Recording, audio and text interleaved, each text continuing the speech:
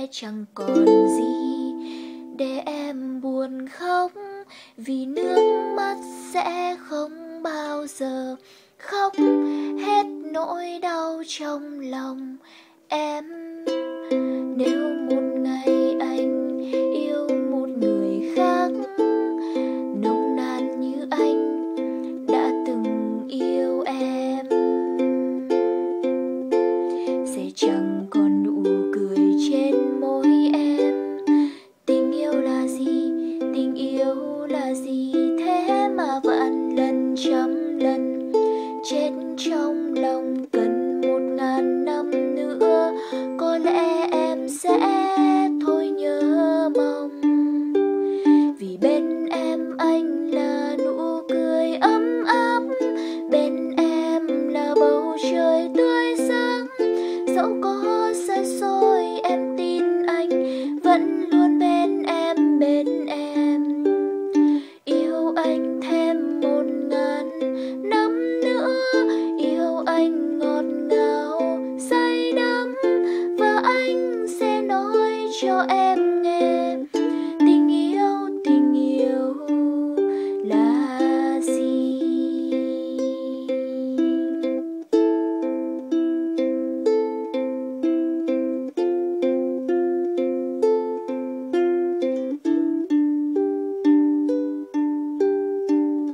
Nếu một ngày anh rời xa em sẽ chẳng còn gì để em buồn khóc, vì nước mắt sẽ không bao giờ khóc hết nỗi đau trong lòng em.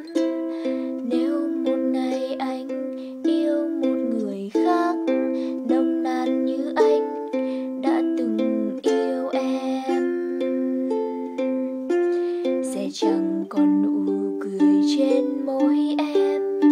Tình yêu là gì, tình yêu là gì, thế mà vạn lần trăm lần chết trong lòng. Cần 1000 năm nữa có lẽ em sẽ thôi nhớ mong, vì bên em anh là nụ cười ấm áp, bên em là bầu trời tươi sáng.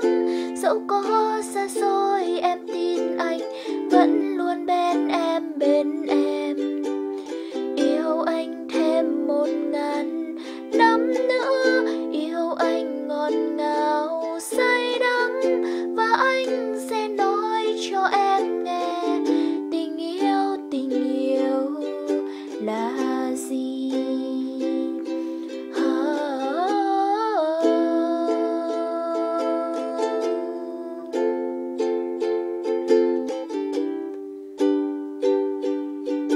Vì bên em anh là nụ cười ấm áp, bên em là bầu trời tươi sáng.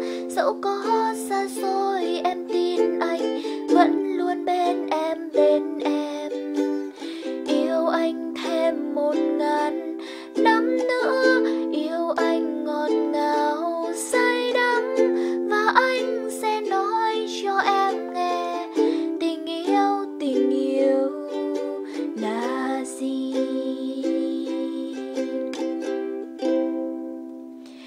Nếu một ngày anh rời xa em sẽ chẳng còn gì để em buồn khóc, vì nước mắt sẽ không bao giờ khóc hết nỗi đau trong lòng em.